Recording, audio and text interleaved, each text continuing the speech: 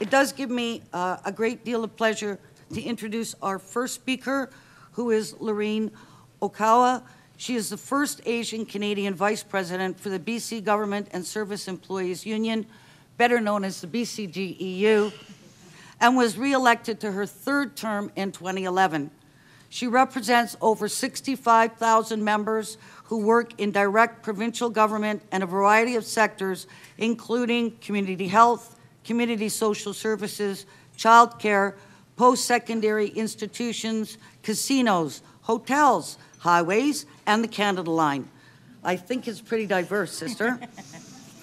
Lorene has authored articles and has been a spokesperson on a range of topics, including women in leadership, healthcare, education, human rights, food security, migrant workers, labor history, social media, and the Canadian Labour International Film Festival. She is a member of the BC Federation of Labour's Executive Council and various committees such as the Canadian Labour Congress's Human Rights Committee and the Sustainable Communities Initiative Advisory Committee. Lorene is a fourth-generation British Columbian whose family migrated from Japan in the 1800s and 1906. And it gives me a great deal of pleasure to introduce Lorene.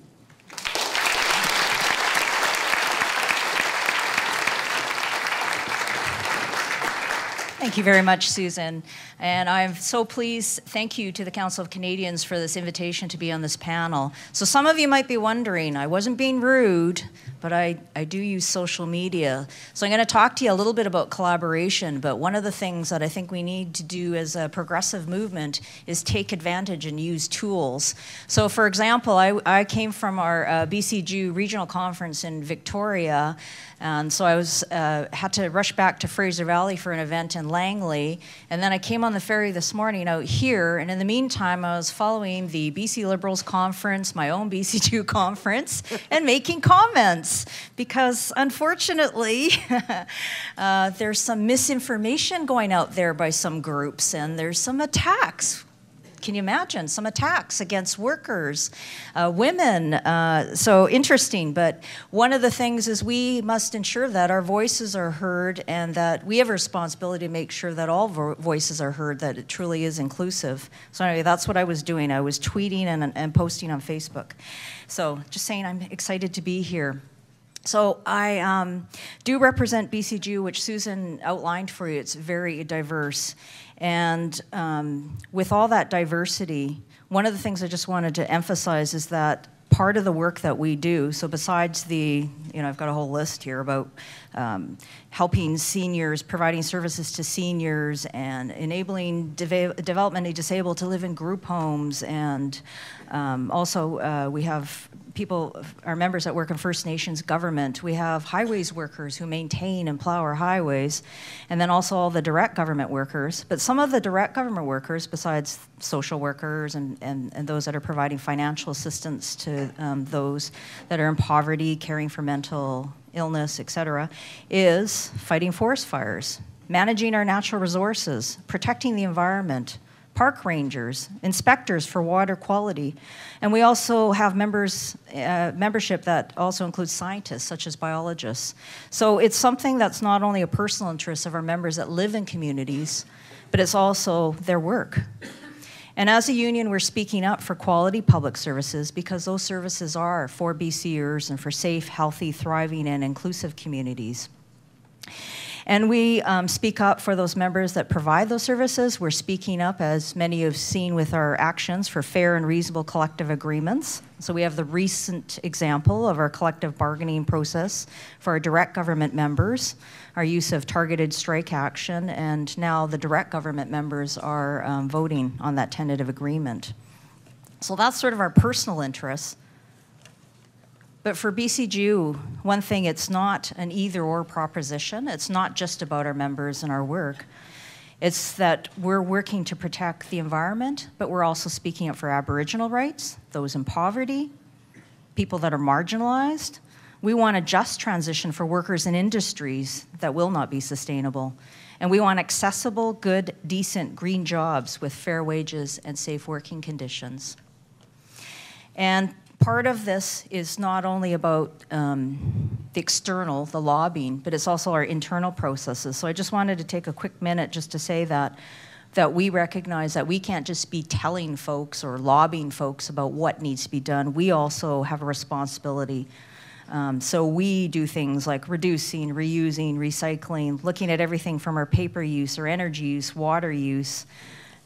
We actually have a staff person that's an environment officer that keeps us on track. We have a provincial environment committee comprising activist members. We do education for our members, and we're involved in a group called Sustainable Communities Initiative, which involves some other unions, and that's where we discuss together what we're doing as unions, but then also engaging with some of our civic politicians.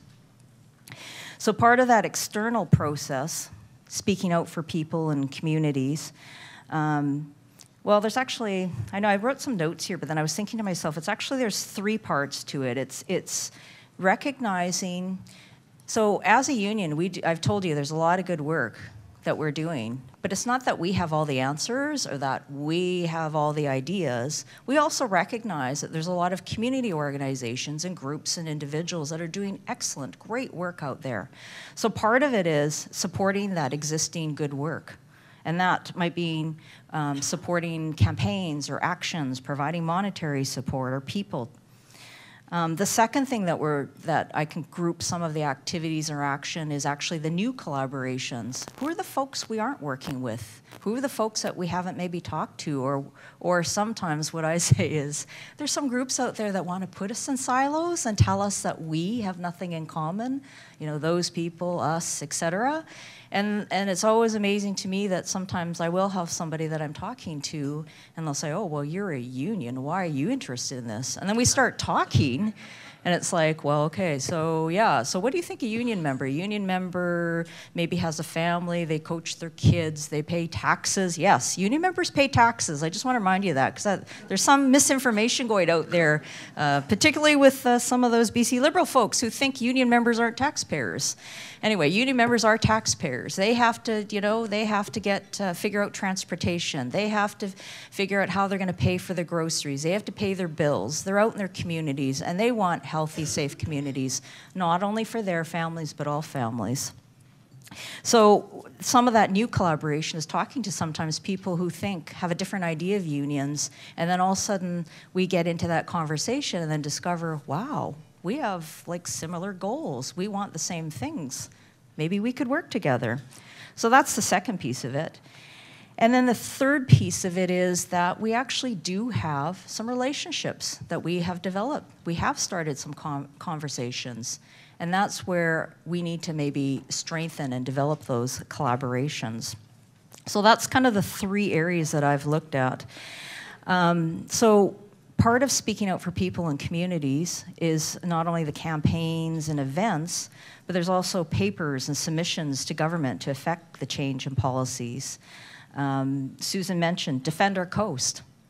There was labor involvement in that. BCGEU, I know, endorsed that action on Monday. And then on Wednesday, that was great too, because then across BC, we had our members, and I live in Surrey, so I was in Surrey there at MLA's office, funny, he wasn't there to greet his constituents. I think that occurred in a number of the Liberal MLA offices. We had that action as well, so that, and then the other action, do you guys remember June 4th, Blackout Speak Out? Yeah, I see lots of nodding heads. So on June 4th, hundreds of websites went black to protest the federal government's attacks on charities, the gutting of environmental laws, and the attempts to silence the voices of concerned citizens. So in Vancouver, and I know this was across Canada, in Vancouver, West Coast Environmental Law set up a media event. And I know you had, I don't know if he's still here, but I know you had Grand Chief Stuart Phillip. He was one of the speakers there. Dr. David Suzuki was there. Former Cabinet Minister John Fraser was there. And I was very lucky to be part of this media event. And I spoke up for Labour, on behalf of Labour. And there's also other representatives of environmental and community organizations. So there was an existing campaign and event, but what was really great about that media event, so there's the group of us, and we were just outside of that Olympic Village area, the community center there, And it was kind of neat. We had our group together, and then I've never seen a media event. It was just, I think it's because of, Dr. David Suzuki and Stuart Phillip, but we had just this incredible bank of media people and cameras all focused on us. But what was really great about this was not only we were speaking together and we had this Blackout Speak Out event in the websites, but it was this show, this very, very visible show of here we had Aboriginal and environmental and labor, and we had the same message that we were going to work together. We were going to work together to protect our environment. So that was quite awesome. So those are sort of some of the campaigns and different events. One of the other the collaborations that we have is Green Jobs BC. And this involves the BC Federation of Labor. And just so you know, the BC Federation of Labor represents over 500,000 members in BC. It also involves individual unions and the environmental movement. And it's all about us working together. And it started in 2010 with a conference called Jobs, Justice, and Climate. And that title is really important. I'll just repeat it again, Jobs, Justice, and Climate. Because part of protecting the environment, it's totally integrated, is my belief, is also protecting human rights. It's about protecting those in poverty, marginalized. This is a key piece of this work, that labor also has a responsibility that I had mentioned earlier, that we make sure that all voices are represented. And so with the labor movement, we had been working on different issues, and we'd been talking to some of the environmental organizations, but we wanted to see how could we, so we've done some talking, but how can we develop this relationship further? What can we do to bring others into the fold? So that was our first conference, and we just had a second conference as well. And so we'll continue work on that, and we're developing a paper looking at different areas of managing our resources, forests, et cetera. And so we're continuing to develop that. But then this last conference, what we did is, okay, now that we're developing our relationship with the environmental organizations and labor, how do we bring in other folks of the community? So this was really good. The last conference, we had folks from the downtown east side of Vancouver, because they're doing some incredible work with some of the recycling and some of the initiatives that they have there. One of the other projects I'll just briefly mention is the Climate Justice Project with the Canadian Centre for Policy Alternatives. And then the other piece to it is also not only the work that we're doing within BC, but also the international work. So the labor movement is also involved with working with our counterparts, the AFL-CIO, which is a sort of equivalent to our Canadian Labour Congress, that's in the US, and environmental groups within the US.